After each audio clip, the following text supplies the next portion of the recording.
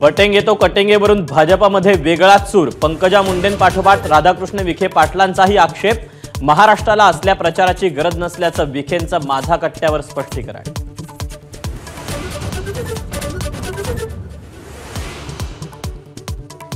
राहुल गांधींनीच मला आणि सुजयला पक्षातून जाण्याची वेळ आणली। विखे पाटलांचा माझा कट्ट्यावरून गंभीर आरोप। सुजयला राष्ट्रवादीच्या तिकिटावर लोकसभा लढायला सांगितल्याचा गौप्यस्फोट।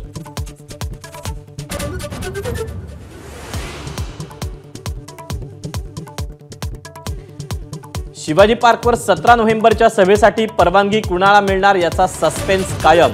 मनसेलाही अजून हिरवा कंदील नाही। ठाकरेंच्या शिवसेनेची रस्सीखेच।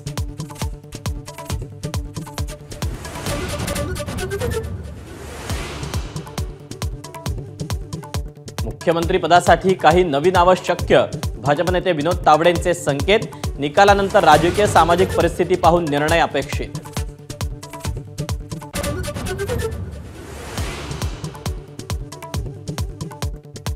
नाशिकमध्ये महायुती आणि मवियामध्ये राडा।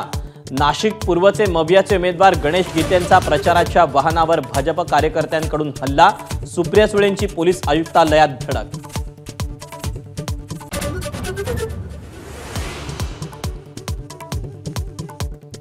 संजय राऊतांनी महायुतीच्या नेत्यांना डिवचलं। मवियाच्या तिन्ही नेत्यांची नावं मराठीत तर महायुतीच्या नेत्यांची नावं गुजरातीत पोस्ट।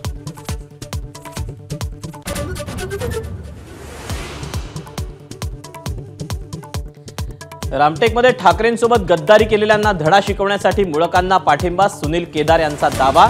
तर बदला घेण्यासाठी आम्ही सक्षम। विशाल बरबटे आणि भास्कर जाधवांचं उत्तर।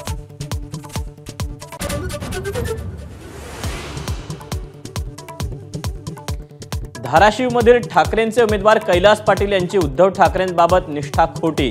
जुने सहकारी शिवाजी कापसेंचा हल्लाबोल। वडिलांच्या आत्महत्येची धमकी आल्यानं पाटील सुरतहून परतल्याचा दावा।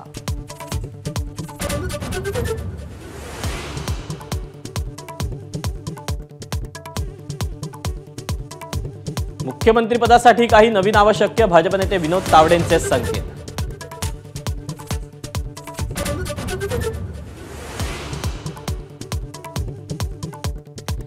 ज्यांनी संविधान वाचलं नाही त्यांच्यासाठी ते रिकामं। नंदुरबारमधील सभेत राहुल गांधींचा पंतप्रधान मोदींवर निशाणा। वनवासी म्हणत आदिवासींचे अधिकार भाजपकडून हिसकावण्याचा प्रयत्न असल्याचाही आरोप।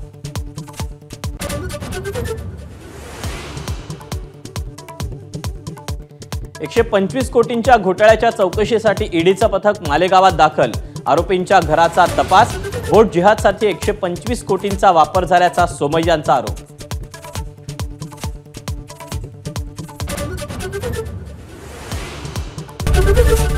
एबीपी माझा, उघडा डोळे बघा नीट।